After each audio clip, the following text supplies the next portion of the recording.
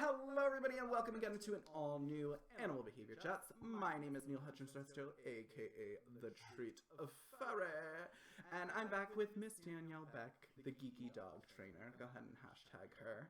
Check her out all over the place, Instagram, Twitter, Facebook. Not all over the place. There might be some dark corners of the internet that you don't want to. Actually, we were just talking about URLs and how we just like snatch them all up, you know. For those of you who don't know, Miss Danielle Beck and I, with a wonderful team of admins, we admin a group on Facebook called Positive Pet Advice, where we try to answer all of your comments, questions, concerns, and give you our overall professional opinion. It's come about that we can now do some wonderful chat times interviews as such, and today we have a fantastic guest. Danielle, I do have that link. I can grab it for you really fast. I've just got it. We're good. I'm on it this week. We're on it. You know, it took us a second. We got it. Okay. Anyway. Yes, I'm drinking out of a red Solo cup. No sponsorship ads here. Nope. It's not alcohol. I don't drink booze. I like how you have to point that out. It's not alcohol. It's something else. Continue. You're distracting. Regular iced tea, not Long Island iced tea. I mean, I'm fantastic. I'm open. I am the treat fairy, and we have Miss Jane Arden with us, all the way from the UK. Well, you guys are both in the UK, so we're literally like 10 minutes from each other. Oh, we're like, we should have done this together. We like space. No, Jane and I are kind of like the exception to a lot of dog trainers in the UK, is that we're like the closest competition with each other, but we're friends and we talk. And even worse, we refer. And like, we send clients to each other. It's really creepy and it shouldn't happen, but we do it and we should promote it. And there is absolutely nothing wrong with that. No, there shouldn't be. That's the problem. Yep. Is we're all doing the same thing. We all have our niche. There's things that we can all do that the people can't. And we should embrace that and support each other, not kind of go, there's a dog trainer in my area, I must do everything I can to, stop them stealing my clients. I used to be that way. A lot of people did, and it's just grow up. There's enough dogs for everyone. Yeah. Anyway, I would love to introduce the wonderful Jane. Hello, Jane. How are you? Hello. We're pretty calm this morning. Well, it's kind of it's late. It's evening for us. End of the day, I was up at 7. Oh, bless. Let's get you to bed. Neil, easy. It's nighttime. Kind of. But Jane is a fantastic trainer. She runs Wag Orphans. The people that haven't heard of it, is a fantastic training centre not too far from where I am, and it's a wonderful place called Bury. Jane was the Kennel Club accredited Instructor Skiing Trainer of the Year 2015. She's been doing clicker training for like, would I be right in saying like over a decade now? Probably, yeah. I think so. Been quite a long time. Feels like forever. Yeah, it does. And Jane does a lot of Gundog training and is one of the few really positive Gundog trainers out there. So we're really into the positive reinforcement side of things when it comes to training with our animals. It's what we do. It's how we live our lives. That's how we approach most situations. And what we want to talk about tonight on the chat is that there are dark sides to positive reinforcement. If it's used incorrectly, if the knowledge isn't quite there, the dark side, then you can create a lot of problems in dogs. And I personally, with a lot of my behavior cases, I'm seeing more and more dogs that are displaying more aggressive type behaviors, like biting and growling and lunging. And it's from inconsistent rewards. It's from positive reinforcement training being used incorrectly and just building up that frustration. And the dogs just get really wound up and explode in it. And I think people forget that when they look at training, they focus so much on the textbook, which nothing wrong with that. You need your knowledge, you need the theory. But if you can't apply it to the animal in front of you, you're going to have issues. So Jane, I want to talk to you a little bit about that, because I know you have a lot of experience when it comes to frustration type problems and the pitfalls. Well, not you personally, but...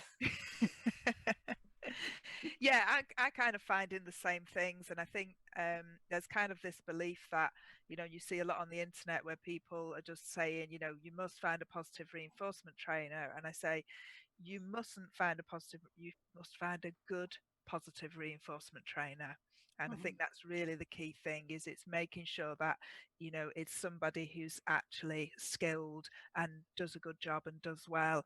And although, you know, the kind of pitfalls, the idea is people will often say, oh, you can't really go wrong with positive reinforcement training, but you can. And from an emotional state, you really, really can. Lots and lots, like you said, lots and lots of frustration, lots of one of the things that I see a lot is dogs with resource guarding, and their owners have been through the kind of textbook exchanges and swaps and all that kind of stuff with food, but what they've actually done is they've usually increased the aggression because they've ruined the trust, because they've done so much bribery and trickery with the food that the dog has actually learned that humans just trick me all the time. And then they end up where the dog starts to actually guard more and become more aggressive. And the poor owner, as you know, they think they're doing the right thing, but it's that key to that timing about, is your food a reinforcer, or are you using it to trick and bribe the dog when the dog's not making the choice to give things up? That's my dogs. Just hopefully my daughter will come down because it's the window cleaner wanting some money. Yay. I'm like, going, stay away from my house. Yeah, I'm like, oh great, that's good timing. Yeah, it happens. We're live. It happens all the time. It does. I can't believe it. Yeah, but like back to like the resource guarding things is like the trust is such an important thing, and what baffles me a lot of the time with a lot of positive reinforcement trainers is the lack of actual connection and bond they actually have with their dog. Yes. And how many of them are able to kind of go for a walk in the woods without any treats, toys on them at all, and still have control over their dogs. Yes. And that's something that really baffles me. 4 hours before I lose him. I mean, 4 hours is I'm a a long service time. dog. I'm a service dog handler, so I can usually get about 4 hours of constant cues, attention, focus, work. I can usually get about 4 hours with no. I mean, that's interchanging praise, and I pat and do things like that. But there's no food. Rare clicker. Clicker I usually only use if we're teaching new things. It's not. See, that's the thing about the clicker. Upkeeps that I usually do. Yeah, whenever I do anything clicker, I never take the clicker really out and about with me unless I'm doing active training. Maybe the clicker is something that I use to build up something. Once it's on cue, then I go and practice it. But because it's cued, I can then reinforce in other ways. I don't always have to mark. Unless I think it's going to be one of those days. Like, if the dog's just going to be a little bit disconnected, I'll add that in because it usually helps a little bit more to clear the mechanism. Yeah. Because, Jane, when you go on Gundog shoots and things like that, I remember in the early days, they were like, but you can't take a clicker on a shoot. And you're like, well, why would I? Yeah, absolutely. You know, once the dog gets to that point and it's there, you shouldn't be needing. Firstly, you don't need that level of kind of precision and feedback to the dog. The dog should know its job. You know, so you tend to find that it's, you know, people are like, oh, you know, it's how can you take your clicker out? How does it hear it and so on? And it's like, yeah, you don't need it at that point. I find a lot. One of the things I always will say to people is, you know, can you go out with your dog with no lead, no harness, no long line, no food, no clickers, no toys, just you and your dog? And how much connection have you got between, you know, do you have a relationship, or are you just a food dispenser? Yeah. Because it's amazing how few people do actually have that kind of relationship with their dogs. And I've had a few people on one-to-ones and stuff recently where they go out and they're like, oh, my recall's like not doing too well and I'm doing this. And we go out so many times a day and we're doing the training. And I'm like, when was the last time you just went for a walk and like let your dog be a dog and like didn't bug it the entire time? And like my last client, and she's got a young pup, and is really kind of, it's a German Shepherd puppy, so it's gonna be quite big, so she's very aware that she wants to be able to get it to come back. And I was like, well, next time you go on a walk, I was like, spend at least 15 minutes just ignoring her. I was like, have her on a long line because she's a youngster. I was like, just follow her around. I was like, don't keep calling her back. I was like, just see what she's into, keep an eye on her. I was like, and I can guarantee after a few minutes of you not interacting with her, she'll be like, why aren't you bugging me? Yeah. And she's like, then she messaged back going, oh my God. She's like, I let her be a dog. And like, she was coming back to me of her own accord and wanting to interact with me. I'm like, that's a good thing. That's what you reward. Yeah. I was like, she's still young. Yeah. She's learning. Don't spend your entire life just constantly training. Training is essential, but you want that bond. If you don't have that bond there, then the training isn't going to be as effective. Yeah. And I think one of the things, a lot of the traditional trainers, they do start off with their young dogs working on relationship. They do potentially lure them into a false sense of security as the training comes in later. But they do spend a lot of time setting those pups up for success and building a relationship and connection with them. And I think that in some fields of positive training, that's been lost. And I think there's I think for us to dismiss what people have been doing for years because now we've got new science, isn't it isn't all about that. There is still a lot of good stuff out there, and even in a lot of the traditional training, the traditional Gundog trainers taught me an awful lot about Gundogs, understanding the power of calm praise, and certainly with a spaniel, I learned how powerful calm, physical, and verbal praise can be with those dogs. Yet I was always, from a positive point of view, it was always kind of they were kind of dismissed as well. And it was like you've got to jump around like a nutter for it to work. And it's like, actually no, it's you're given information, and if you've got the right relationship, you don't have to go OTT with that information. That's the one thing that I noticed with a lot of the more traditional trainers, as though I don't agree with a lot of the methods that they use, their feedback is brilliant. Yeah. It's like if the dog's done something right, they know about it. If they've done something wrong, they know about it. Yeah. The dogs have that constant interaction, and you can see them. It's like if they do something wrong, even though I don't agree with the way they punish them, you can see the dogs kind of going, I'm sorry. And then they try harder next time, which is why it's so effective and why it works. Yeah. And it'd be nice if people kind of took elements of that into the positive training and gave the same kind of feedback. It's like, yeah, you've done this really right. That wasn't quite what I wanted to do. Try and do this instead. We tend to more kind of encourage them to choose and to learn other ways of doing stuff. Rather say, don't do this, don't do that, don't do that. It's like, not that this. just I like to say focus on them to make smart decisions. Yeah, we want them to make choices. And that's the thing, you want them to make that choice. And if you're using the food incorrectly, and if you've always got it on you, it's always going back to the bribery thing that Jane was talking about.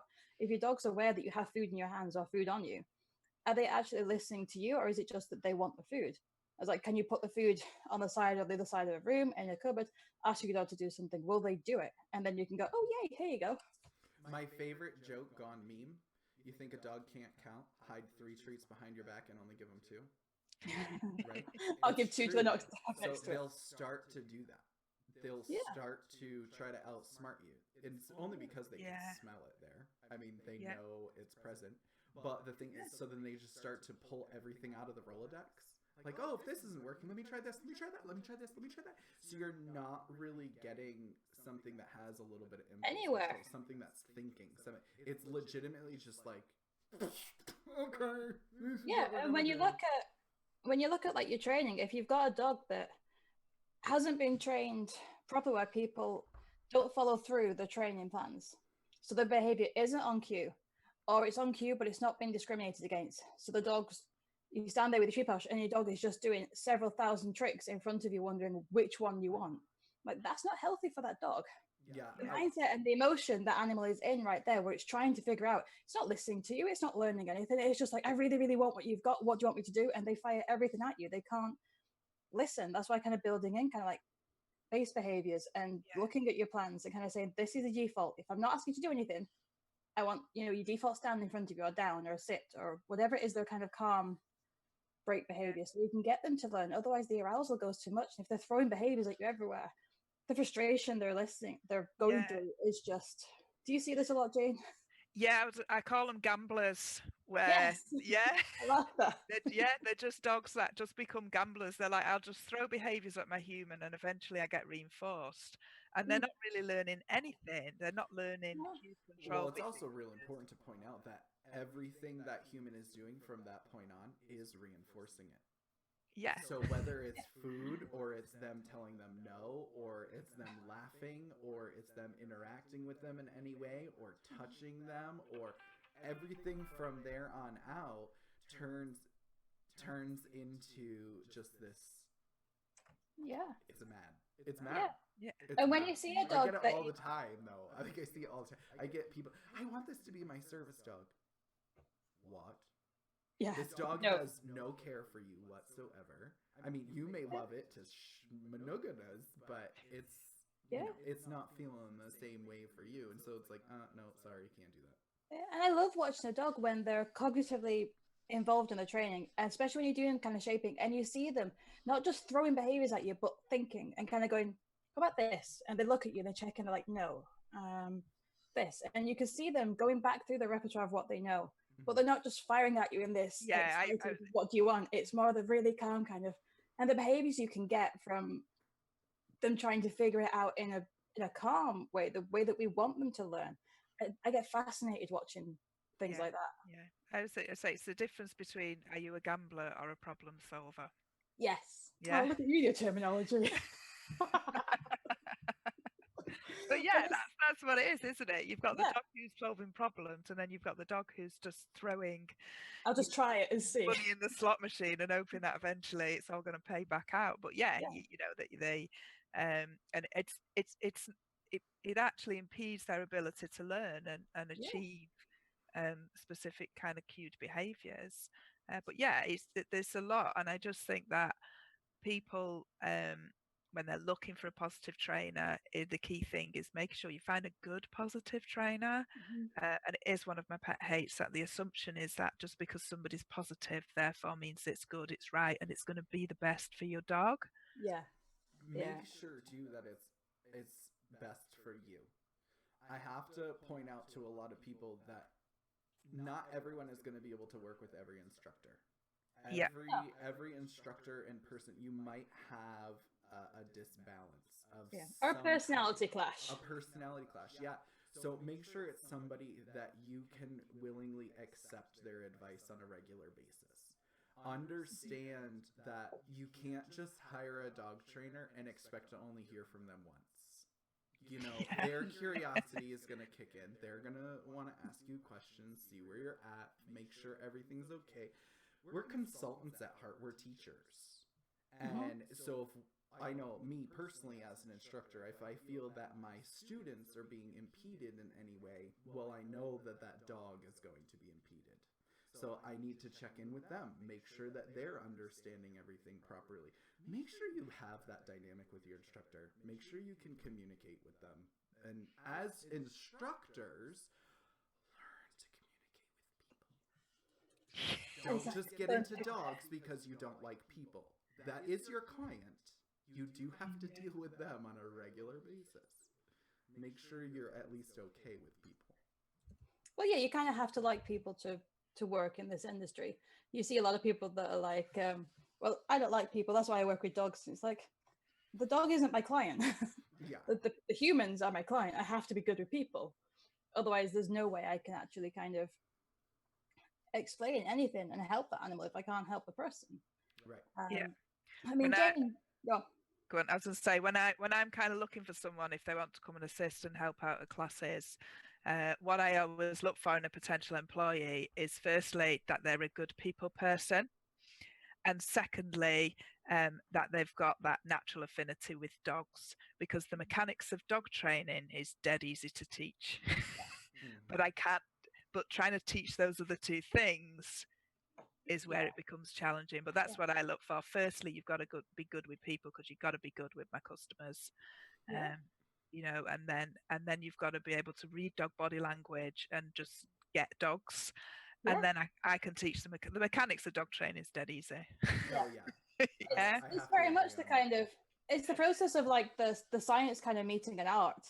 Yeah. It's like you can be as academically minded as possible. You can have degrees and masters and PhDs and know the intricacies of learning theory and frustration, everything that happens in the brain. But if you can't apply that to an animal, if you can't look at that animal and see what's in front of you, you're going to have problems. And there are some fantastic trainers that have none of that knowledge. They're just really good to the animals. Their timing is impeccable. And they get what they want. They can't tell you how or why they do it. They just do it. It's a natural thing. And ladies, we are hitting 25 minutes here, and I am going on a 10-minute countdown. Yeah. So do you want me to close this out? Final thoughts? Not just yet. I just want to ask you a couple of questions. questions. Do you want to do a part 2? Oh, are you up for a part 2? Do you want to do a part 2? Can do. I don't know. It depends how much extra. I just want. Yeah. Okay. Let's ramble. All right. Give me 1 minute. Okay, everybody. Welcome back to part 2, Animal Behavior Chats with Miss Danielle Beck and Miss Jane Arden. A-R-D-E-R-N. Arden. Okay. Just making sure. I'm really bad with names. So we were kind of discussing a little bit on downfalls and the dark sides of positive reinforcement dog training, or positive dog training, progressive dog training, modern dog training, scientific dog. What are we calling ourselves now? I'm I don't know. Kidding. Don't get into that. That's a debate for a completely different Dog training. Actually, I just call myself Dog an animal training, behavior professional. Go for it. So, Danny. Yes. How often would you say you actually go see a client? Like, if you have like a regular client, do you usually do like weekly? Do you do once every 2 weeks? Or does it depend on the case altogether? I was going to say, is this client one of my one-to-one clients or one of my behavior clients? I'm gonna go with, let's go with one-on-one. Let's not get into BMOD or anything. Let's go problem solving and general obedience work. Okay, if it's one-to-one, then generally it's at least weekly. Sometimes I'll do fortnightly. But I try and have like emails or Skype or phone call sessions in between to kind of keep on track of what they're doing. And Jane, do you usually run like weekly? Because you have an actual training center, don't you? Yeah. So how do you guys run your classes there? So we do classes are in 6-week courses, but it's so somebody books on and they've got a weekly session. And then from one-to-ones, it's usually weekly or fortnightly. And then I have some people who come once a month because that's their budget. So yeah, we tend to just work within their budget. But you know what? At least they're trying. Yeah, absolutely. We can't shame them for that. Yeah. So I'm a really weird trainer. Just trainer. Just a trainer. You know, I train all sorts of different things, and I'll actually weekly I go walk my dog. I have to walk my dog. I have to exercise my dog. I have to work with my own dog. So whenever I go to the parks and stuff, I always just invite my clients. I'm like, y'all want to come down for a dog walk? Come on down, because I'm there. I'm working with my dog. I'll work with you a little bit. And I like to meet them in between their sessions sometimes, see if they're actually doing their homework and whatnot. I do that occasionally, but not as much as I used to, because I'm valuing my own time a bit more now. Right, absolutely. Where I don't value my time at all. So I don't even value myself. So we can't really use me in this. But what I wanted to go into with that question was understanding sometimes too different instructors might have a different layout to their programs. Yeah. Because it might be what's working for their current clientele. Like, I know a lot of my clients, they don't like to do I have to show up once a week and like they have to follow through. They don't like that at all. Whereas if, they know that they can come and check in with me once a week, but we only have like a paid session every month, it's not a big deal. And it's what, a 10-minute, conversation with them. And it's a group. It's a way for them to interact with other people, gets their dogs playing with other dogs, helps them with their socialization checklist. Yeah, and that fits in with the whole kind of science and art form thing that we were messaging before at the back end of the last stream, is it's learning how to apply that knowledge in the real world. Exactly. Because we're dealing with animals, both human and non-human, that don't read the textbooks, don't necessarily understand, and they're going to react in different ways. I have so many people though. Yeah. It's really funny. Like I'll give them little pamphlets, and they just don't get it. They're like, "What are you talking about?" But I have the same problem. I'll read certain things, and I'm like, "What is this saying?" Danielle knows that all too well. I'm a little late on some projects I'm supposed to be doing, and so that's where that inside joke came from. But so just really understand too, like as an instructor or even somebody practicing dog training, be aware to talk to people. You know, I personally sometimes I don't like when people try to like reprimand my dog. Like if I'm out doing something and you know. Oh, Jane has like the best story about that. Come on, give it to me. I love stories. Like, Sorry, Jane, I see it all love the time. Some of my horror stories. I should really start posting these things on Facebook. I love the sticky nose one. That's one of my favorite stories. Yeah, so I'd gone on a training day with my dog, and I was with a few other people, and as they do when you're in a group, you know, you get bits of advice and so on. And I blew my stop whistle, and he stopped and he squeaked. In a spaniel-y kind of way, which in the trialing world is really bad because you'll get eliminated immediately from competition. So it's not a good thing. So one of the people on the day that I was on, he bit my dog on the nose. What? Yeah, he got hold of him and he said, if you want to trial him, you need to sort that out. And he bit him on his nose, and he said, you need to bite him on his nose when he does that. Oh my god, that's horrible. Okay, so that is not positive dog training, but that is. Oh, the best thing is her response. So then he said, you need to do this. So I just said, I went, I'm not doing that. He eats his own shit. Danielle, I'm seeing that we have live questions. We have live questions. Woohoo! Yay! How do you find the more primitive breeds respond to a lack of food-based reward training scheme? Oh, primitive breeds. Are you thinking like the Pharaoh Hounds or like the little Etna things? Or actually, I know who's asking this. She'll be about who Wolf is. And then dogs that would have little to no interest in toys and will bore quickly just vocal praise, especially the adolescents of these breeds. I'm going to assume she's on about northern breeds because I know who's asking the questions. And owning such a breed, it's finding out what it is that actually motivates them from my point of view. Correct. So if they're not into food, but they're into toys, go for the toys. And even with the toys, it's the kind of toys. My Malcross, you see him as I'm sat with hugging him because, you know, I hug dogs. And how dare you? I know. Especially Dave, because you can see him just kind of go, oh, for God's sake, get off me, woman. But with him, I tried to get him into toys because he just had no interest in it. But being a northern breed, he likes to mouse pounce. So rabbit fur tennis balls were the way that I kind of got him interested in stuff because it chinked that kind of primal drive in him. And then he quite happily worked for that. Sometimes it's the food, and it's just... With him, it wasn't so much the training that we did. It was just building up the bond. It was getting him to actually want to spend time with me. And adolescents of any breed, in my experience, are just going to be not interested in anything other than the stuff they want to focus on at the time. Jane, do you have any other questions? Because you have working cockers, which, as far as kind of drive and stuff go, are into everything, but not necessarily at the same time. Or they want everything all at once. And can't decide. Well, with the cockers, you find that they're it's the environment. They're just drawn away from you. The environment just draws them away. Distraction level, whether that's sense, visual, sounds that are going on, but they're absolutely drawn away. And I always find that the use of food in that environment, it's just not powerful enough. It just isn't effective enough.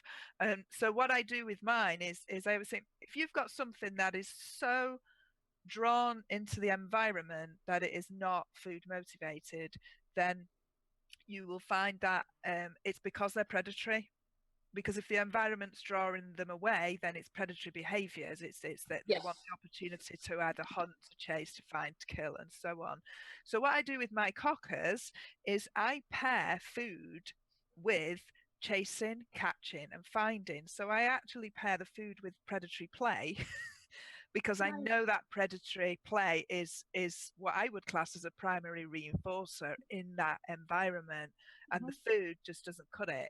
So when people see me able to stop my dog on a pheasant and give it a piece of cheese, they don't know what I've done with that food to make that food valuable. So I've got to the point, but I always encourage people, you know, sticking a piece of food in a dog's mouth is just the boringest thing ever.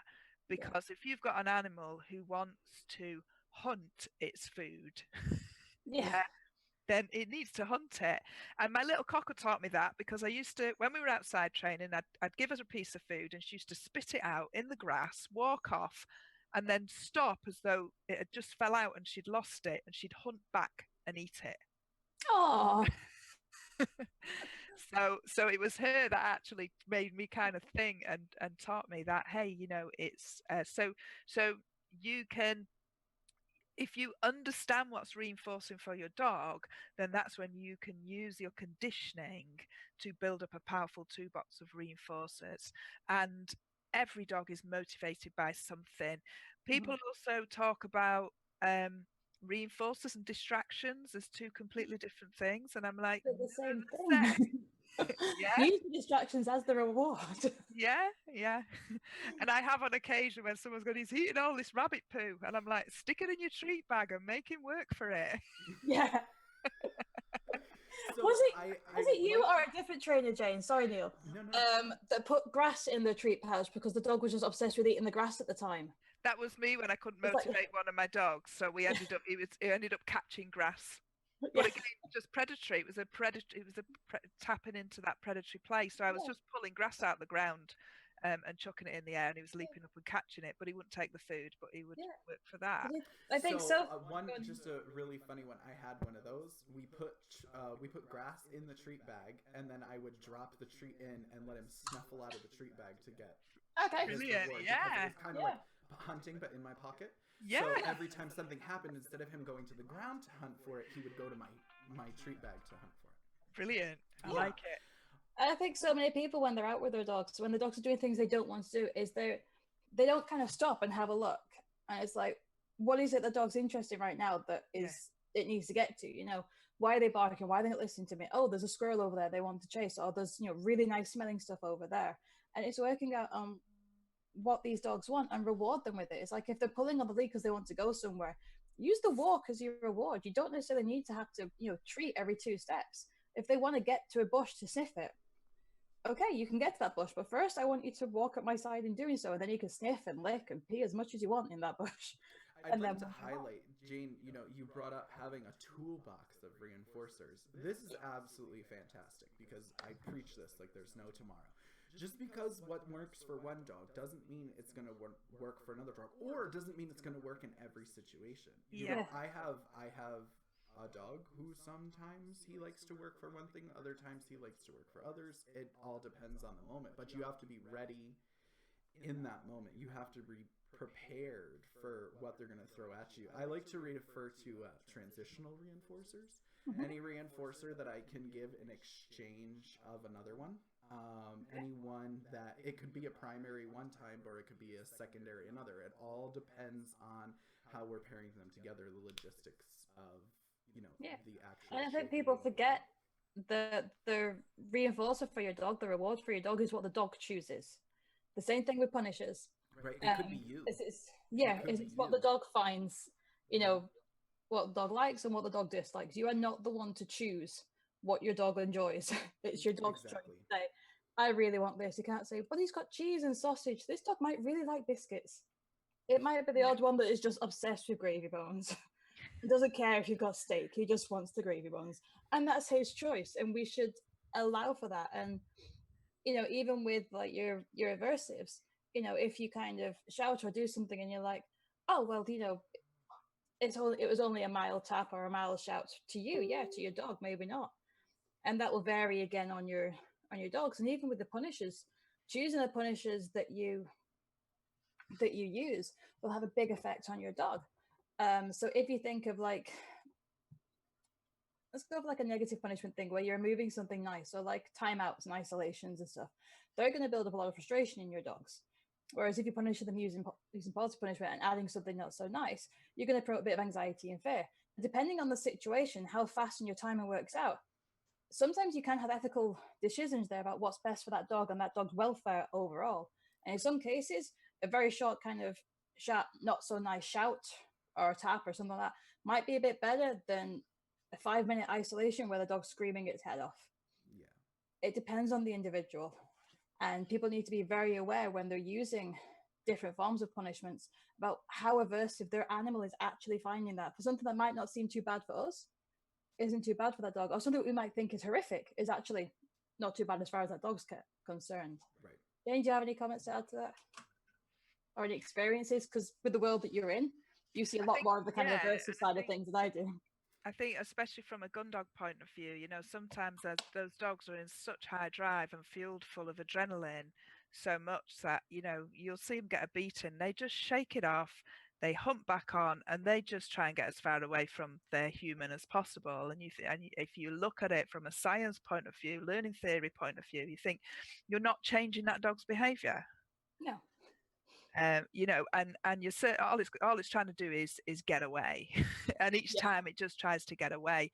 But you see some of those dogs, they are hard and they are driven and they are full of adrenaline, and it just doesn't impact them. You know, it really just doesn't take effect. Where in a different scenario, then you see some of them that might be crawling around on its belly and peeing itself as its handler walks towards us. You know, you've got those different personalities. And what often happens is those dogs that aren't hard enough get sold on. Yeah. Yeah. And then we see them. Yeah. Because they're deemed as, you know, too soft or not suitable for the job. Yeah. And sometimes it's the training that goes on, but it's absolutely that context, punishment and rewards. I think I've got a video of Pickles, and she'd had a stomach upset at the time. I think I'm shaping her to go around a cone, and she's eating grains of rice. She's getting clicks and grains of rice. And I've also got a video of me doing some training with her at home, giving her invisible treats out of a tub. Because she swallows them that quickly, she just doesn't taste them. Yeah. She's got no idea. But yeah, stick her out in the field and you're going to have to find some potent reinforcer in a different environment. I remember at one, I think it was a clicker episode, it might have been one of Ken Ramirez's talks. They were on about kind of non-food reinforcers, and he was on about a sea lion that they were training. And the sea lion was due to have some kind of medical procedure, so they weren't allowed to use food. But because the sea lion wasn't feeling well, if they tried to give it food, it would continue doing the training, but it would spit out the food. It was like, I want to just keep, it's like the behaviors themselves were the reward for this animal. Yeah. It enjoyed the learning process. It didn't want the treats. It didn't need the treats. It just wanted to learn the next trick. Yeah. And it's nice when you get animals like that. And I think with those ones, they have to learn early on about the control and the frustration element. Because if they get too frustrated during the training, that's where a lot of the problems come on. And when you look at some of especially in the zoo world, and if you look at, say, things like SeaWorld, where the orcas and stuff are suddenly turned on the trainers, if you actually watch the videos, and if you watch it with like a training mind, you're like, actually, you've misclicked there, you've missed time there, you didn't feed there, you've created frustration in that animal. But instead of it being a chihuahua, you're talking about, you know, a huge whale that will literally eat you. And I think dog trainers in particular need to be a bit more mindful and aware about the animal and view them more as, say, like a tiger or something, because we're just so lapsed, just assuming that they're a dog, and our dogs are so tolerant. They are so tolerant of everything that we do, and they are so forgiving. Whereas if you do the same thing with a horse, with a cat, with a chicken, they'll either scratch you or they'll just leave. They have no interest in staying with you unless you're worth it. And that's what I value about the background that I had in the zoo world, is that the animals that, if you're working with a sea lion and you don't have anything of interest, they'll just go. You know, if you create too much frustration in that animal, it will attack you. Because they can't handle it. I find when I'm working with a lot of dogs from a chase point of view, and people to kind of teach the recall, and they teach the stop, and they teach the self-control, but they're so goal focused on their self-control and looking at a physical response. that they actually forget the dog's emotional state, and they often attach a load of frustration to that behavior. And they always say, if you're training a dog positively to not chase, you have to attach positive emotion to that, because a dog will never choose to be frustrated. Yeah. And they just go, it's not about, it's like, we didn't stop. And I'm like, if you train that stop and you attach frustration to that behavior, when you blow that stop whistle, he ain't going to do it, because if you've attached a negative emotion, he will choose to chase. Right. Yeah. And we're choice-based trainers. That at that point, when we ask that dog to do that behavior, that's what, to me, that's what it's about. And I think people forget to look at the emotional state of their dogs when they're training, and that's what I push massively when I'm training, that it's got to feel good. Your dog, my dogs love doing stop. The stop is all part of what they do. They love the recall, they love the stop. It's all been achievable. They've all had massive reinforcement on it, because when I train, I'm not goal focused. I'm focused at the journey that the dog had to learn to do that the dog thinks it's awesome. Yeah. And we are hitting 20 minutes. We on a second chat. Yeah. We should probably shut up. We and should stop rambling. probably shut up now. I know you guys don't like to hear me. I do have a couple of questions that I want to ask Jane just before we finish off. Just for the clients and people that are watching, is if you could recommend anything to new dog owners to prevent the pitfalls of the positive training, to prevent those frustration things, what kind of things would you recommend to them, other than coming to your classes, of course? Yeah.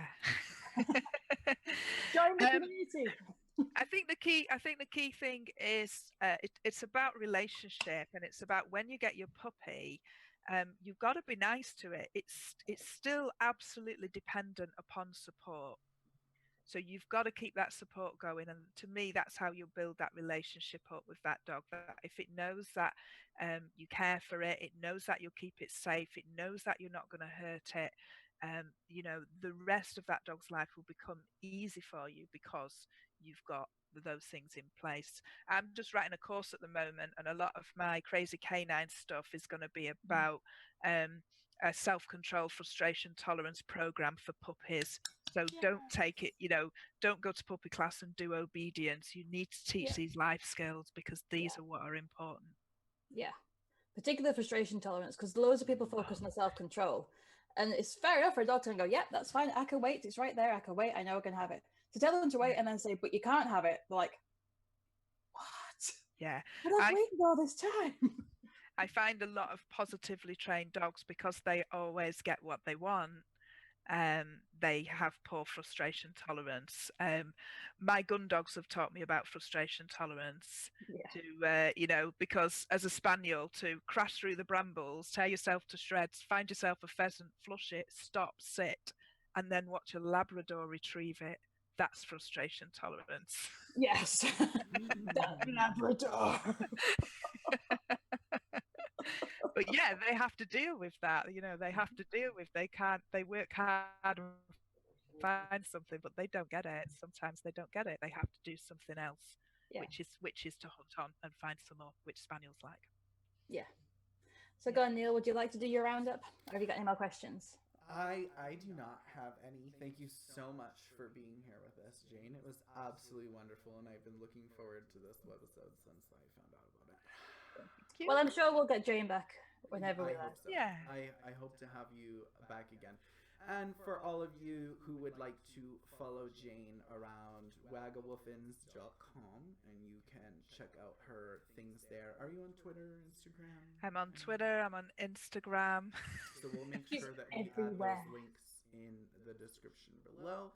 For those of you who have not joined yet, head on over to Positive Pet Advice and join the group, and the admins will go ahead and add you. If you have any questions or comments about today's webisode, we will tag Jane in the group, and you guys can ask any questions that you want, and she'll get back to you as soon as whenever she can. Yeah. Exactly. Yeah. No requirements here. So for all of you, thank you very much for joining us. Animal Behavior Chats with Miss Danielle Beck on Twitter, Instagram. As a geeky dog trainer. Subscribe to that geeky dog trainer. Subscribe. I'm Neil Hudgens-Resto, aka The Treat Fairy. Yeah. And hopefully it's been some food for thought for people. And I'm sure we'll have some food for thought. Or not food, depending on your animal. I'm sure we'll get Jane back, because I'm dying to get Jane back so we can dig really deeply into frustration tolerance a little bit more and the difference in the brain chemicals and stuff, which I know she'll probably enjoy talking about. We'll do like a dopamine session. Yeah, let's have a dopamine session. Yeah, but if anyone has anything that they want to talk about, if there's anything that you want us to chat about as part of the Animal Behaviour Chats Live, post some positive pet advice, send us a message. If there's a topic you want us to know about, do it, and we will quite happily talk to you about anything and everything. This is our way of building a community of people that can get some knowledge without having to pay some money. Because I'm nice. A lot of money. Yeah, it's free. It's free on YouTube. I offer my services. Yeah, exactly. Okay, so bye everyone, and we'll look forward. Bye.